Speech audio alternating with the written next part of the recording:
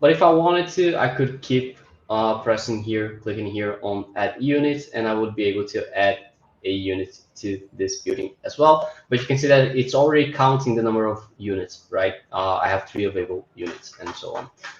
So this is the main part of the app, and then I have Realtor Performance, which basically instead of focusing on the buildings, it focuses on realtors. So I have a chart showing how much each realtor has sold so far. And if I select one of them, for example, John, which is the one that sold the most, right?